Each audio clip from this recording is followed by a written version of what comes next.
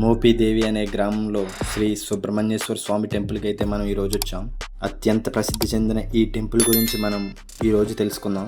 ఈ టెంపుల్ విజయవాడ నుంచి 95 కిలోమీటర్ల దూరంలోను అండ్ రావులపాలెం నుంచి 157 కిలోమీటర్ల దూరంలోనూ ఉంటుంది.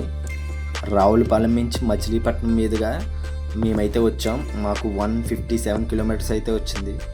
ఈ టెంపుల్లో సుబ్రహ్మణ్యేశ్వర స్వామి మనకు లింగ రూపంలో దర్శనమిస్తారు. మేము నైట్ 11:30కి బయలుదేరాం. ఇక్కడికి వచ్చినప్పటికీ 3 అలా అయింది. ఇక్కడికి రాగానే ఇక్కడే ఫ్రెష్ అయ్యి ఇక్కడ రెడీ అయ్యేలా ఇక్కడ అన్ని ఫెసిలిటీస్ మనకైతే అందుబాటులో ఉంటాయి.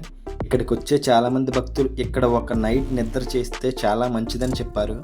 నిద్ర కూడా ఈ గుడి ప్రాంగణంలో చేసేలా ఇక్కడ మనకి అందుబాటులో ఉంటుంది.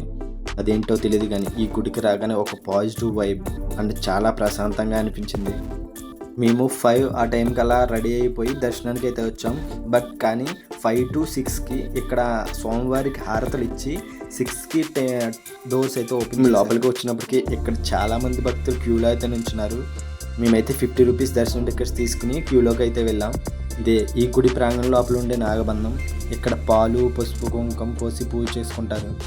లక్ ఏంటంటే ఈ గుడి ప్రాంగణం లోపల క్యూలో నుంచోగానే ఆ స్వామివారికి హారతి అయితే ఇచ్చారు. మేము హారతిని కళ్ళకద్దుకుని దర్శనం గురించి క్యూలో అయితే నుంచున్నాం. అడిగని కోరికలు తీర్చే ఈ స్వామి ఎంతో మహిమగల స్వామి. ఇక్కడ నాగవల్లి వృక్షం దగ్గర ఉయ్యాలతో ముడుపులు కడతారు. సంతానం లేని వారు అండ్ పెళ్లి సమస్యలు ఉన్నవారు ఈ నాగవల్లి చెట్టు దగ్గర ముడుపులు కడితే ఆ సమస్యలు వెంటనే తీరుతాయని ఇక్కడ భక్తుల నమ్మకం. అండ్ అలా మేము దర్శనం చేసుకుని బయటకైతే వచ్చి ప్రసాదాలు అయితే తీసుకుని కాసేపు ఇక్కడే కూర్చున్నాం. రెండు కోరికలు తీర్చే ఆ సుబ్రహ్మణ్యేశ్వర స్వామి చాలా మహిమగల స్వామి. అలా మేము ఈ టెంపుల్ దగ్గర నుంచి విజయవాడ అయితే బయలుదేరాం. విజయవాడ వెళ్ళడానికి అయితే 1.5 hours పట్టింది. శ్రీ కనకదుర్గమ్మ తల్లి టెంపుల్ దర్శనం కూడా మాకు ఒక 2 hoursలో అయిపోయింది. అక్కడ కూడా మేము కాసేపు ఉండి మేము ఎంత దూరం వెళ్ళినా ఎలా వెళ్ళినా ఈ విజయవాడ కనకదుర్గమ్మ తల్లిని దర్శించుకోకుండా ఇంటికైతే వెళ్ళాం. ఈ కనకదుర్గమ్మ తల్లి గుడికి ఖచ్చితంగా రావాల్సిందే, దర్శనం చేసుకుని వెళ్ళాలి. మీరు కూడా అలా చేస్తారా? చేస్తే కామెంట్ చేయండి. విజయవాడ కనకదుర్గమ్మ చూడగానే ఎక్కువ అలా టెంపుల్ దగ్గరే ఉండాలనిపిస్తుంది. దర్శనం అయితే చాలా తొందరగా అయిపోయింది.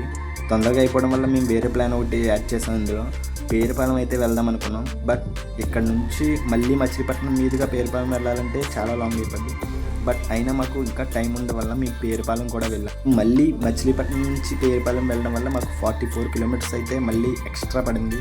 కానీ వచ్చినందుకు ఈ పేరుపాలెం బీచ్లో బాగా ఎంజాయ్ చేసాం. 2-3 hours అయితే ఇక్కడే ఉన్నాం. మళ్ళీ మేము రిటర్న్ 5 ఆ టైం కల్లా మళ్ళీ ఇక్కడ నుంచి బయలుదేరిపోయాం.